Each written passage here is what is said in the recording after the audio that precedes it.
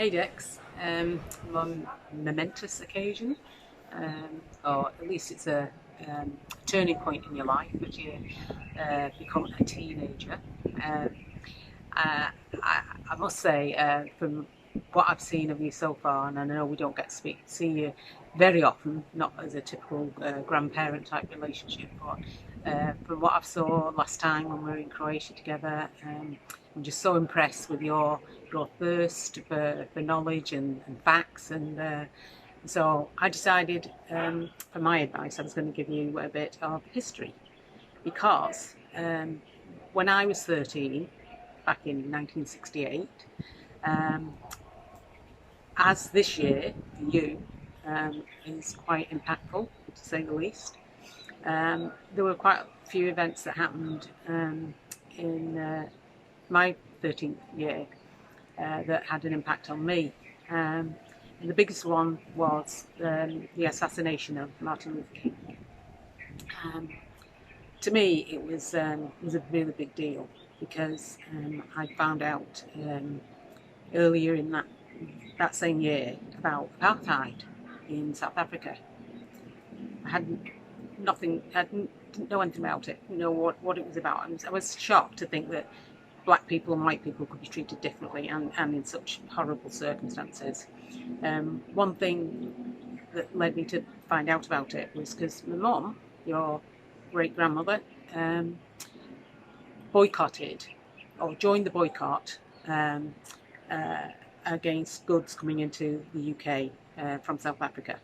And to me, what it meant was that whenever we went to London supermarket or Tesco's, we always had to check the labels to see produce of South Africa because we were not allowed to bring those items into our house.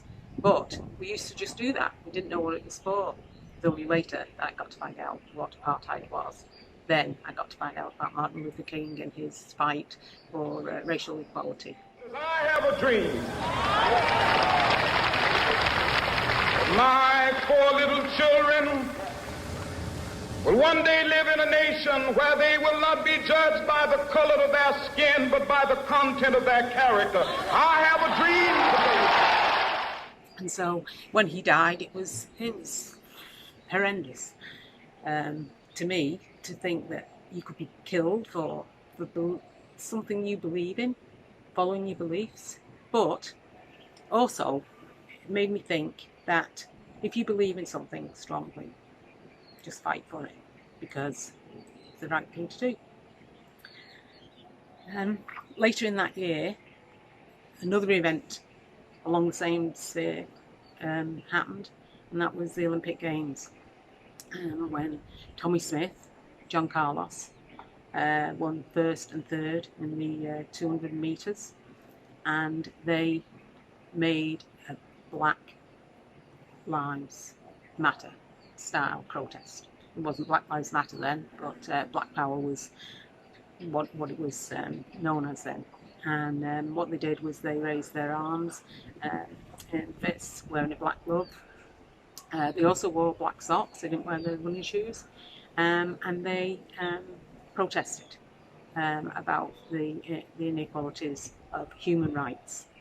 But the Black Power movement took it as being a sign that they were for Black Power. And to me, that was a turning point in my teenage years. There were little things that we could do. And so I had quite unruly black hair, which you didn't really know what to do with at that time. And I started to wear it naturally as an afro, much to my dad's indignation. Got into a lot of trouble for that. But not quite as much trouble as wearing black socks for school. Our uniform was very prescriptive. We had to wear cream-coloured shirts, ties, green, everything else, and green socks or white socks. For me, I decided I was going to make that small gesture, and I wore black socks. Got into trouble a few times, but hey, that's what I did. And so, to me, what I've learned is that making small gestures, supporting what I believe is right, is the advice I give to you. If you believe in something, go for it. Do what you think is the right thing. regardless of what anyone else says. And I might add, it's ironic to me that there are still similar issues going on in the world on your 13th birthday as there were on my 13th birthday. And I hope that what's been triggered this year actually does set things in motion to make an actual difference. And I hope, in the words of MLK, that change will come. Have a great birthday.